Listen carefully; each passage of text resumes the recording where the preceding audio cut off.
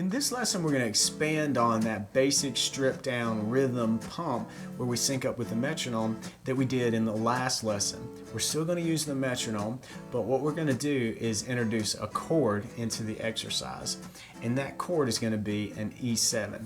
If you're not familiar with an E7, here's a quick tutorial on playing that. Here's what it sounds like. And I'm playing that by strumming the open 6th string, and then my middle finger on my fret hand is on the 2nd fret 5th string, and then 2nd fret 4th string with my ring, 1st fret 3rd string with my index finger, and the pinky is hitting this nice flat 7 note on the 2nd string 3rd fret, and then your high 1st string can ring. So there's an E7 for you.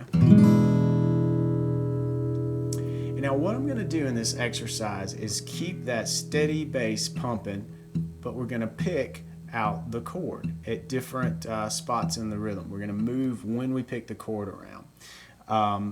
But the way we play the chord is going to be the same thing each time. And that is, I'm going to pick the top 3 strings, the 3rd, 2nd, and 1st, all at once. Okay, and I'm doing that with these 3 fingers on my fret hand, that being the index finger taking care of the 3rd string, middle finger on the 2nd string, and then my ring finger taking care of the 1st string.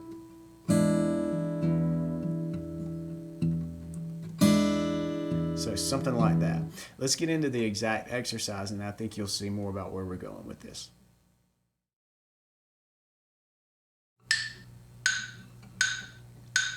1, 2, 3, 4, 1.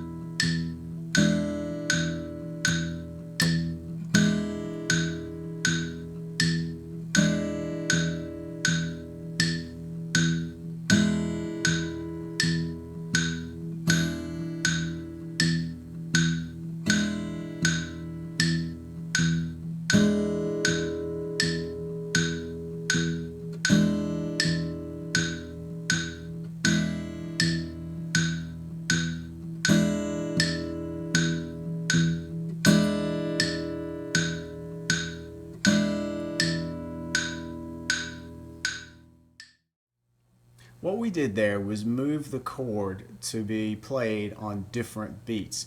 And that really starts to test your ability to play when your mind says to play versus when your fingers want to play. They have the tendency to want to close up together and constantly, strike the chord when you're striking the bass. And that's not what we're going for here. We're going for some freedom and building the independence. So we're trying to tell our fingers when to play. And this is a great, simple exercise to help you achieve that.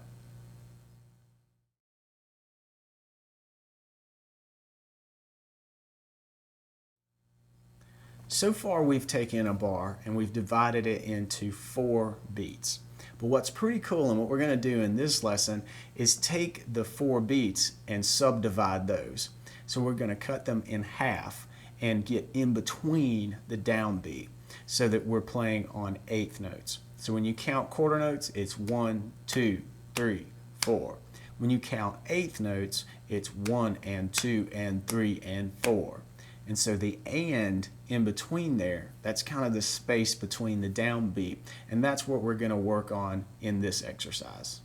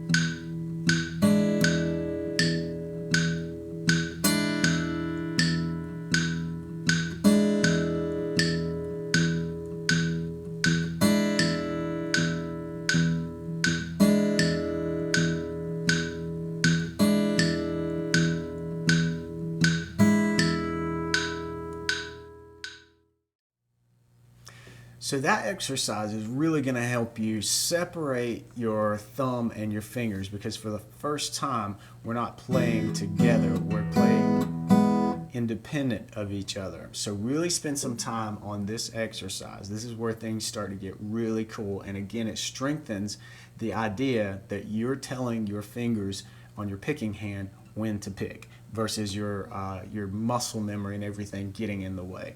So it's going to take some time practicing this to unlearn any muscle memory that you may have in your hand and teach it this new way of moving.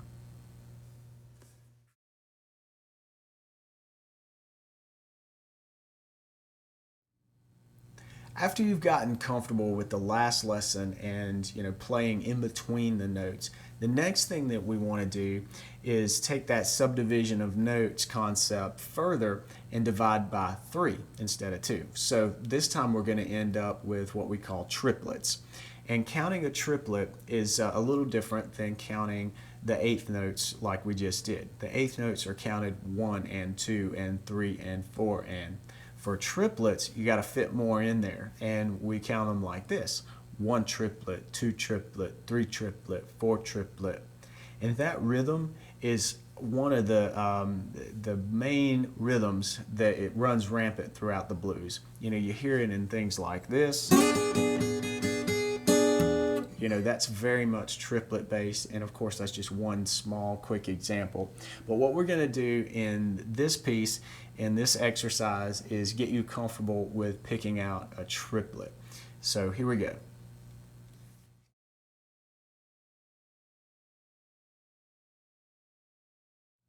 A couple things about this exercise. First of all, since there's so much more to fit in to a triplet, we're going to slow this down. I'm dropping back to 60 beats per minute on my metronome. And the other thing is I'm going to play around with a very simplistic melody by picking up my pinky and putting it down. So we're basically going from an E major chord to an E7 chord as we move through the triplets, just to start introducing some movement with your fret hand. So here's what the exercise sounds like.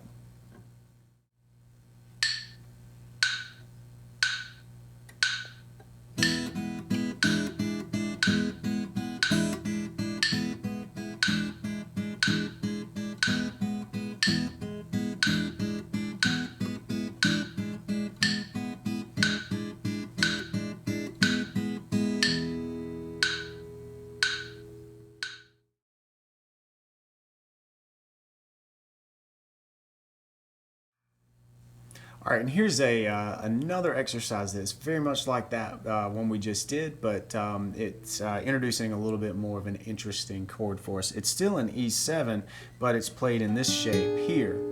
And this is a very popular sound, especially when we're playing triplets. I think you're going to hear it in a second. But this is based on the D7 shape here, just moved up 2 frets. But I'm at the 3rd string 4th fret, 2nd string 3rd fret, and the 1st string 4th fret.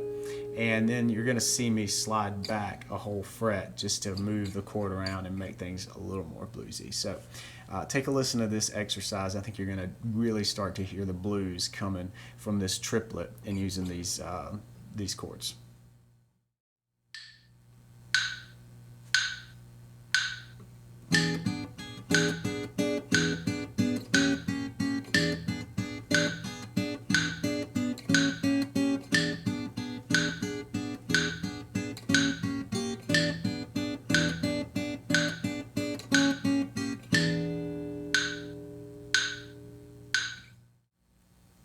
In the next video, we'll work on putting these concepts together inside the context of a 12-bar blues, and that's going to serve as the jumping off point for the rest of this course.